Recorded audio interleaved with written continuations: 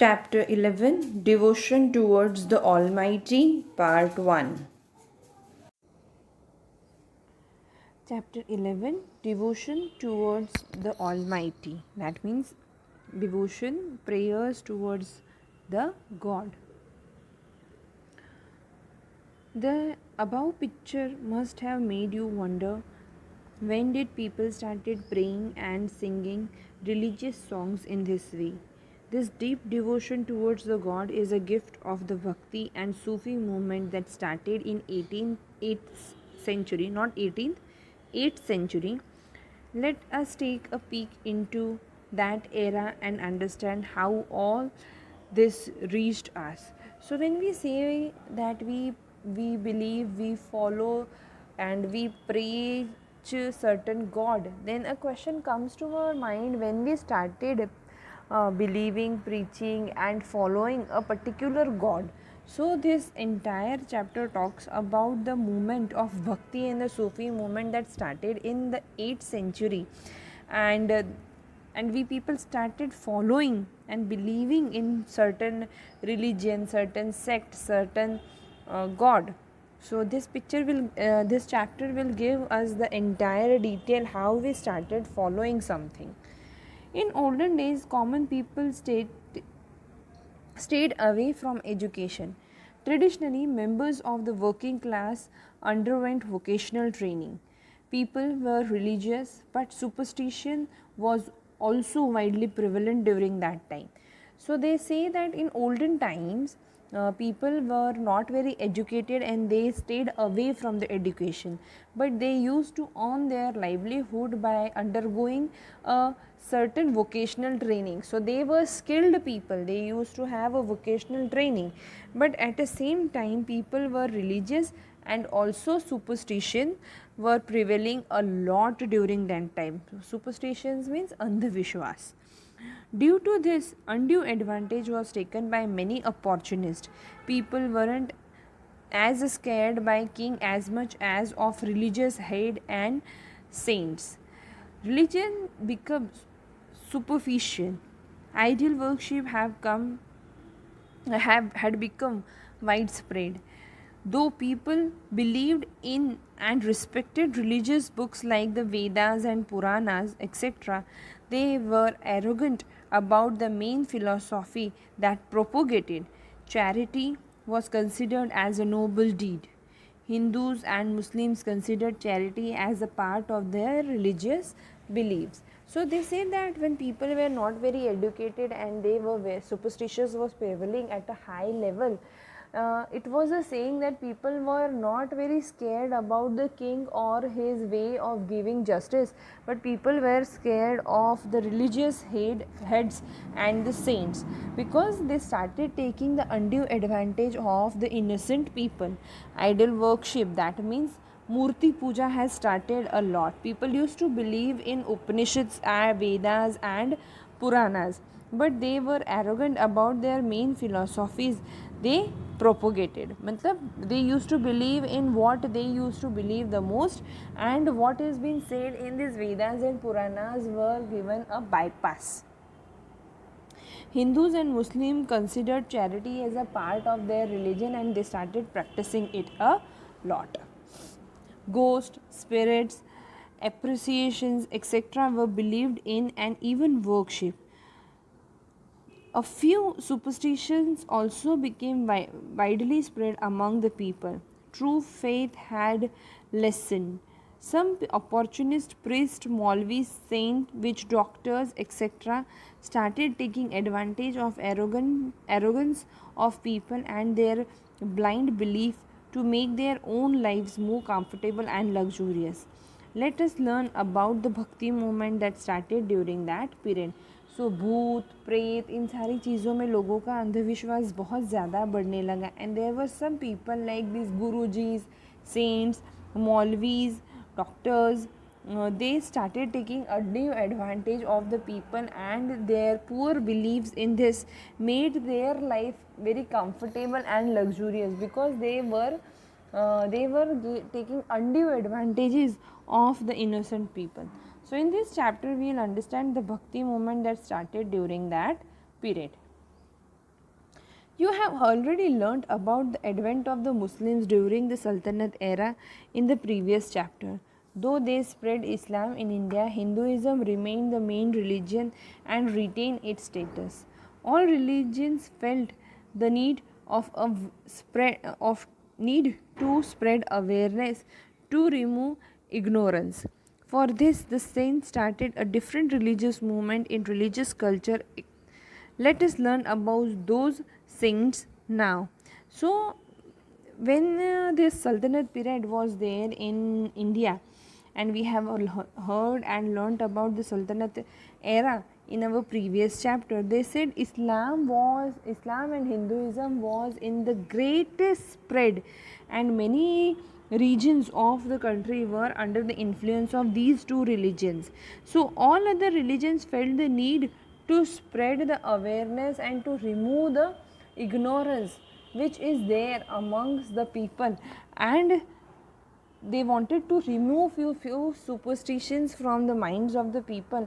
And then this bhakti movement entirely started, and we will be learning about those people in this chapter, about those saints in this chapter who had played a very important and a vital role in removing the superstitions from the people's mind and giving them a wider and more rational area to believe upon.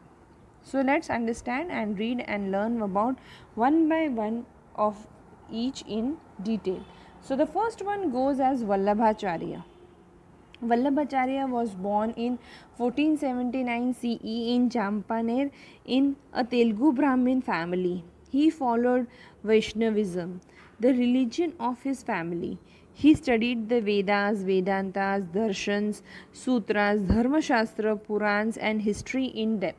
So he has learned everything. He born in 1479 in a common era in a Champaran Telugu Brahmin family, and he used to follow Vaishnavism, which his family used to believe, and he has read different types of Vedas, Vedantas, Dharma Shastra, Purans, and history, and he had a great knowledge in it. In Banaras. So where did he learn all these things? So he learned all these things in Banaras. He traveled around the world to propagate his religious belief. He went from Rameshwar to Haridwar and from Dwarka to Jagannath Puri thrice to promote the Pushti Marg sect. So he spread his awareness, he spread his knowledge, he spread his understanding about these readings in detail, and to spread all these things to people, he went from Rameshwar to Haridwar and from Dwarka to Jagannath Puri 3 times to promote this Pushti Marg sect. During his pilgrimage, he organized Srimad Bhagavad Kathas, and the places where these discourses were organized is known as Baitak. So he used to spread all this understanding and knowledge to the people by organizing a yatra, and he used to read Srimad Bhagavad Kathas, and where these kathas were used to organize, उस organized discourse को बोला जाता था बैठक. According to him, Brahma is a pure and an unbounded soul, and Krishna is the only pure Purushottam Prabhu, pure Puran Purushottam Parabrahma. He therefore felt the bhakti was the only way to seek freedom from the cycle of birth and death and to attain salvation. This religion could be followed by anybody without any distinction of caste, color, and creed, and thus Vallabhacharya's important contribution in the bhakti movement is immense. So, according to Vallabhacharya, he used to believe that Brahma is a pure and unbounded soul. Pure and unbounded soul. That means nobody can catch hold him. There is a boundarylessness to him, and nobody can catch him. And Krishna is the only God that we have, and therefore he felt that doing a bhakti of these two people, one can get rid from the circle of birth and death, and one can attain salvation. Salvation means what? Moksha. This religion can be followed by anyone, be it be from any caste or creed, and so people believe in this bhakti movement. He has a great contribution to make. Chaitanya Mahaprabhu is the second. Chaitanya Mahaprabhu was the last guru or a preacher in the Acharya tradition in Vaishnavism. He was born in 1485 Common Era in the famous educational place Navdeep, Nadia in Bengal. He became well known because of his love for meditation. The depth of his devotion knew no bounds. He popularized the chant of Hare Krishna Mahamantra within a short span. This mantra spread all over Bengal. People of any caste would join his Kirtan Mandali. People even started having kirtans in their homes. He spread the message of Krishna Bhakti in different corners of different states, and he propagated this sect without any distinction on the basis of caste, color and creed in such a way that it created integration and brotherhood amongst the people. He asked the people to pass their days in God's service and chant his name.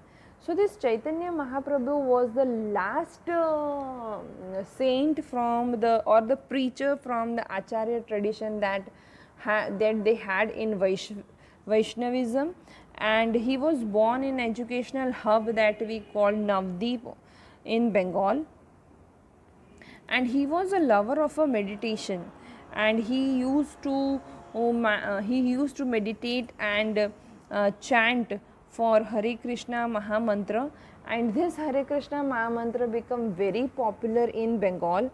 People started Kirtan Mandali, and people also started going to his Kirtan Mandali. People used to organize Kirtan Mandali at their home, and they used to propagate that the Krishna Bhakti is the only mode of attaining a salvation, and people can of any caste, color and creed can join this, and as people of any caste, creed and color are joining this, there was a lot of brotherhood and integration that took place in the society. And he said that the only way to attain salvation is to have a service to the God and chant his name. उनका नाम लेते जाओ और आपको मुक्ति मिलेगी, right? So this is what Chaitanya Mahaprabhu used to think.